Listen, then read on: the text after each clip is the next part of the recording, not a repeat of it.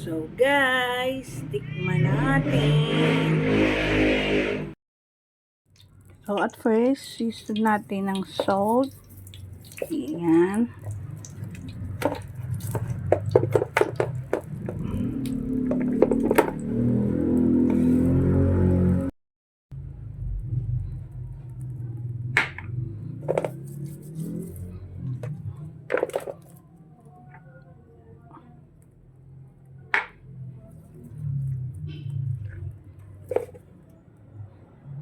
Dito sa pan, ayan, nagpainit ako ng cooking oil.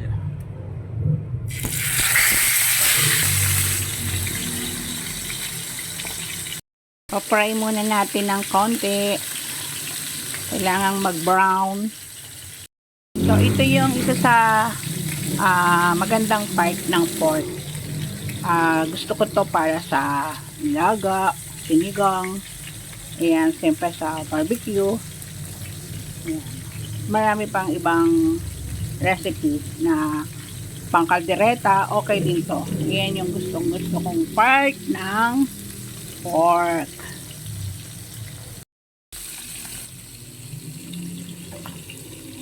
So yan yung layer niya. Merong, ito yung pinaka balat. Ayan, sobrang nipis. And then yung susunod na yung lean meat, and then yung pinaka ribs niya.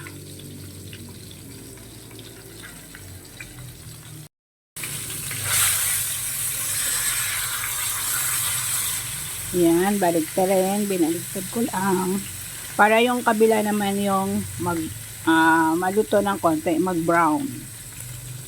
So look at that, this is the ribs. Ito yung portion na to.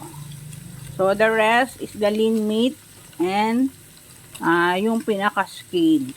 Manipis na manipis lang siya. Hindi mo siya kakikitaan ng sobrang fats.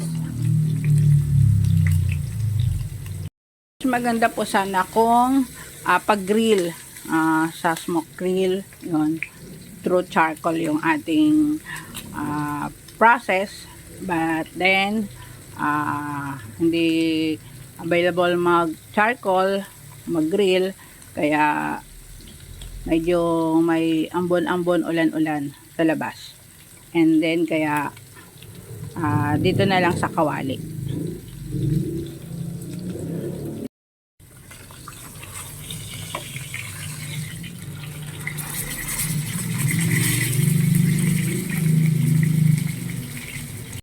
Isang araw, nagmamaneho sa Cubao. May nakitang saksakan ng gandang meat. Ito yung pork meat.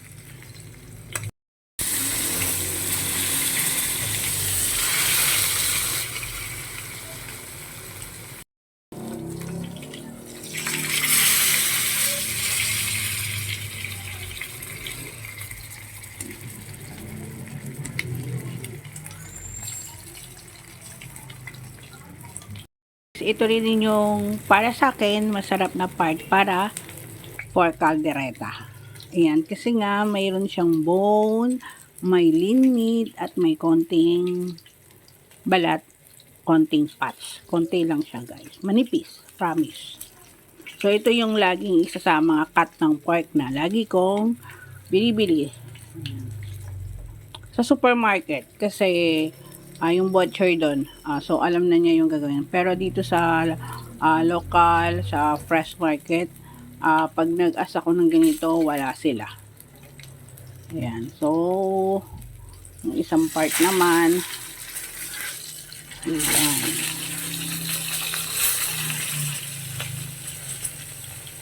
Sa local fresh market, yung binibigay nila sa akin is pure lang na ribs.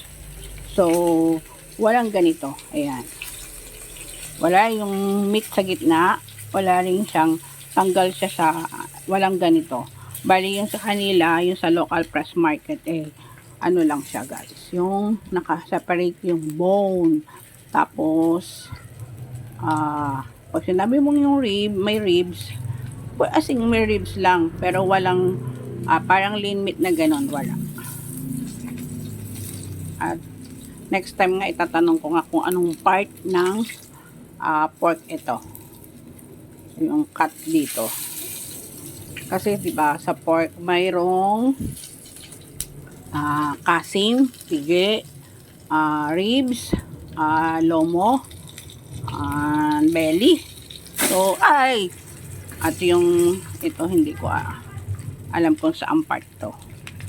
Medyo tumalsik yung mantika kaya na pa. Ouch.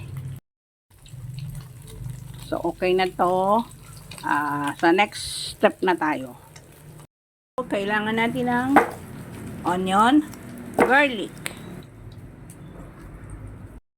So ito maglalagay ako ng oyster sauce. So I use ayan, Kikkoman.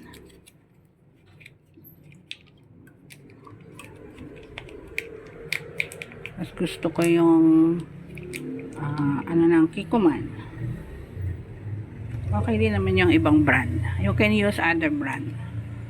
Ayan. So 2 pack no Kikkoman. So tansyado ko na kasi to. 2 packs ano, pag naka yung packing. And then ilagay natin yung onion. Ayan, sinama ko yung pinaka chives, tapos kasi onion and garlic. Ayan.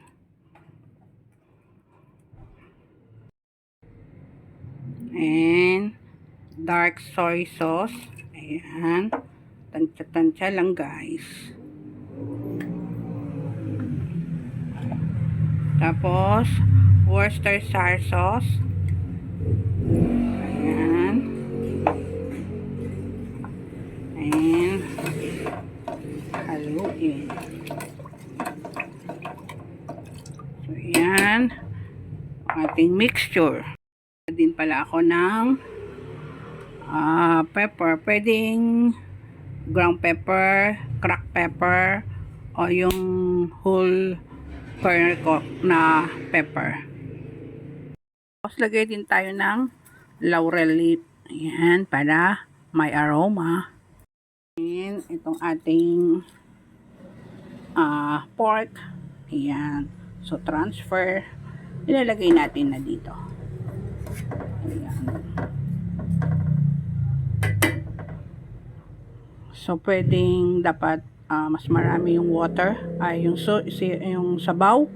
Kaya lang pwede na yan, baliktarin ko na lang. Kasi baka masyadong umover ang sabaw. So iyan, papakuluin lang natin siya ng pakuluin hanggang mag-tender. So cover natin. And wait ng ilang minutes, siyempre mga 15 minutes, tapos ito turn over natin yung pork para yung kabila naman yung maluto. So guys, balik tayo. So tingnan natin, babaliktad natin. Ayan guys. So turn around, at ito namang kabila yung ating para maluto. Tapos ka-cover ulit natin.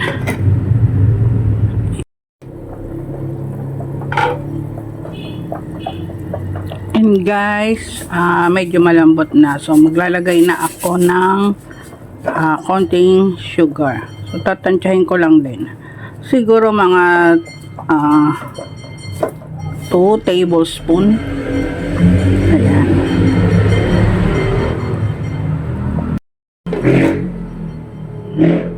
Cover ulit natin. So guys, ito na po yung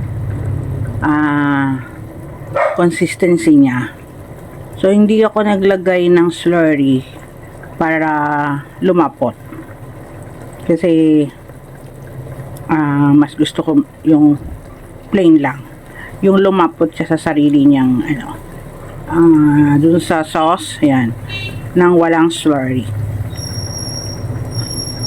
So kasi pag may slurry, kailangan after na may matira ka, you should put in the refrigerator kasi mabilis siyang ma-spoil kung may slurry. Yun lang.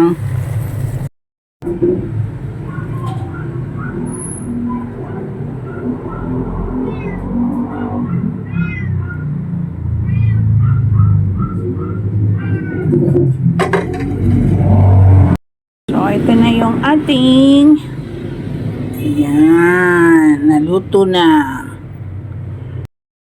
So, guys, tikman natin.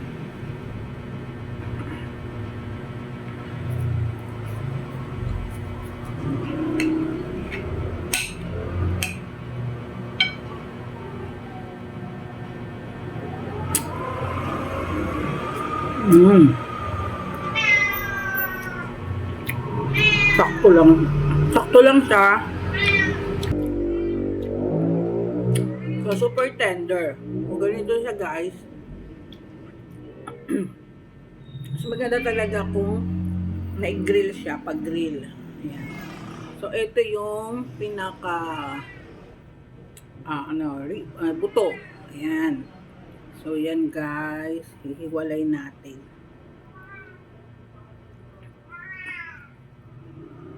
Ayan. Diyan.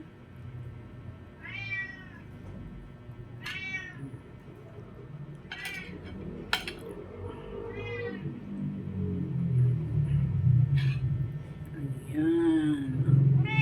Sarap talaga pag humihiwalay na siya. Yung buto, humihiwalay na doon sa laman. No. Nangingi. Tender. So, ito yung purpose nung pinaka sauce niya.